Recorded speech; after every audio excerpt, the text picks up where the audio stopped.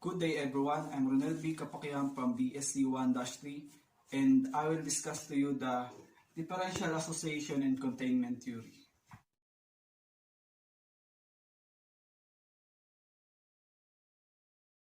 Differential association focuses on how individual became a criminal.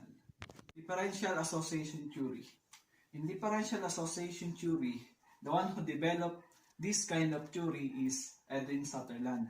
And Edwin Sutherland is an American sociologist and born on August 13, 1883 and died on October 11, 1950.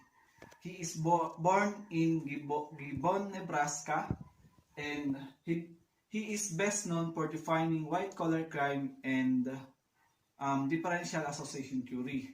In 1947, he proposed that crime is learning process that can affect any individual in any culture. So our criminal behavior is learned from different people or different individual.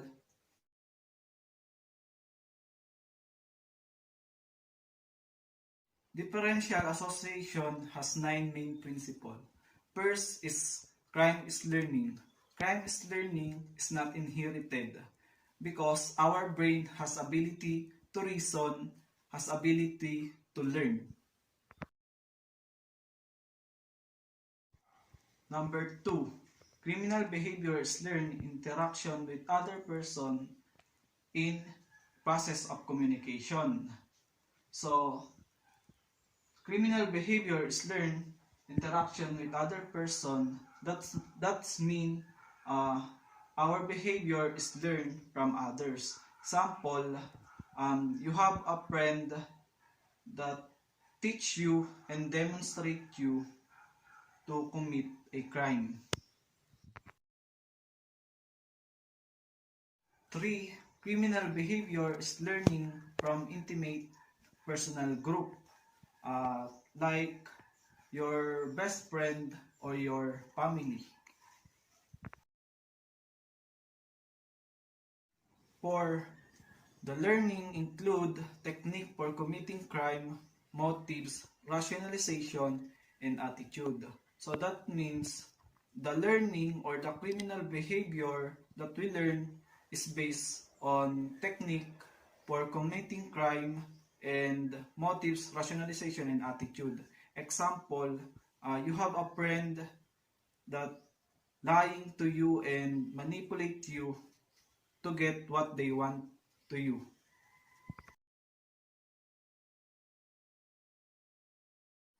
5.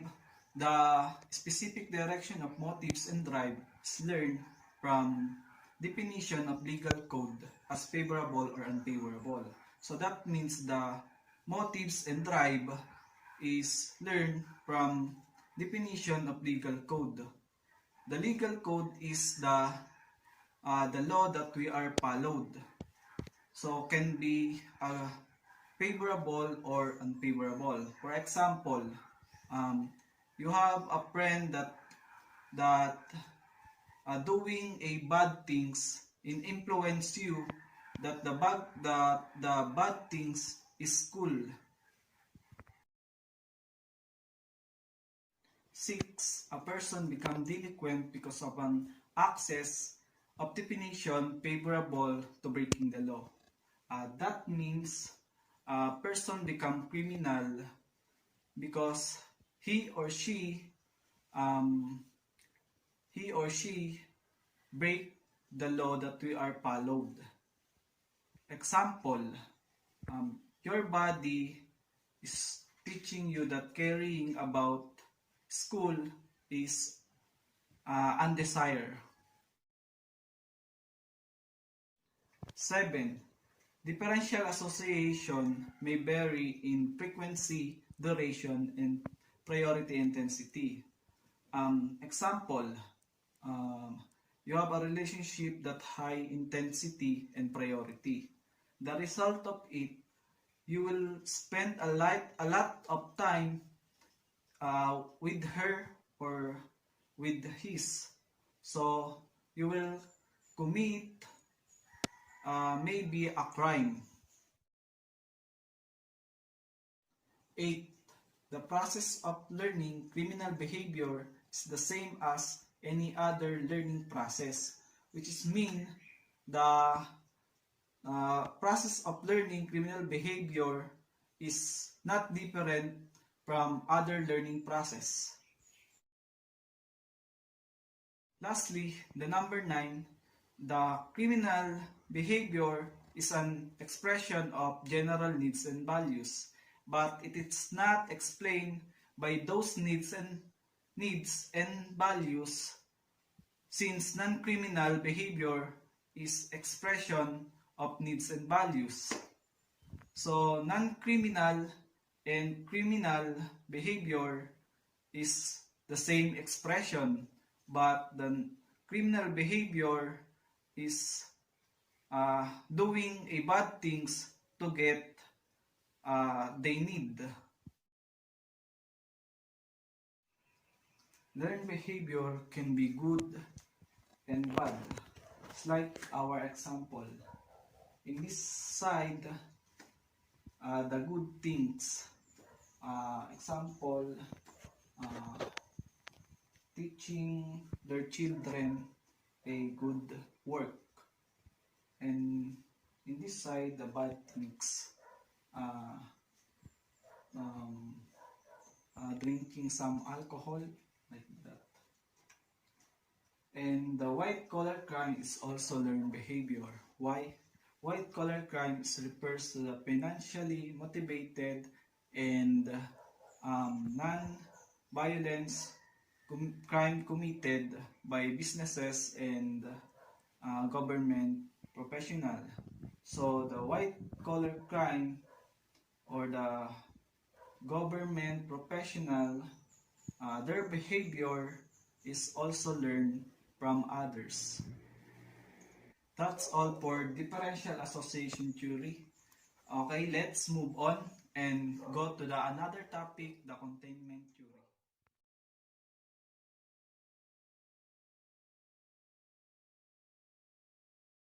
Containment theory by Walter Eccles. So the one who developed the containment theory is Walter Eccles. He is an American criminologist and born in the Philadelphia, Pennsylvania, and born on January 19, 1899. He wrote a book called Juvenile Delinquency, which is explain how young offender became a criminal. And then he is known because of the containment theory. Here, question. In deviant society, why and how do people avoid deviance? People avoid deviance because of the two components to prevent criminal behavior in society. The one is the outer containment and the inner containment. The outer containment, we can prevent criminal behavior because the outer containment is applying social norms and following rules.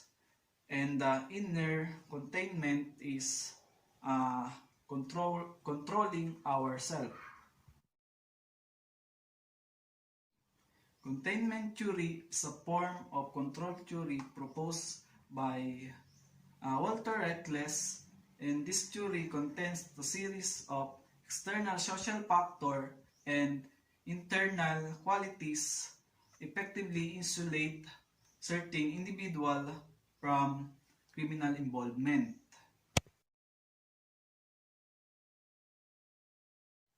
Here is the two components to prevent criminal behavior in society. The first one is the outer containment. Outer containment, which is about community socialization and the application of social norms and rules. So we can prevent criminal behavior in society by applying social norms and following rules. And then next one is the inner containment. The inner containment is the controlling of the self by a self-concept, frustration, tolerance, and ability to follow norms. So we can prevent criminal behavior by controlling ourselves. Pull force. Force that can cause deviant behavior. Walter Reckless said that we are all put through pushes and pull that pull and pushes an individual into deviant behavior. So we can see such pushes when a children threatened by other children to join a gang. And here the example of pull when a child sees that in order to get money to buy things, he or she can join a gang and reach their objectives. Some example of pushes are unhappiness with living condition, family issue and conflict, over-aggressiveness, anger, hostility, and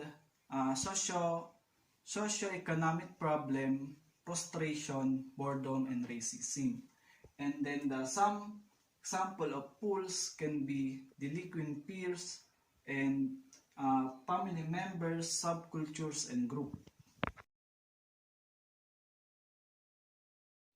The outer society factor hold the society and individual in line, and the inner factor is there to protect against deviation.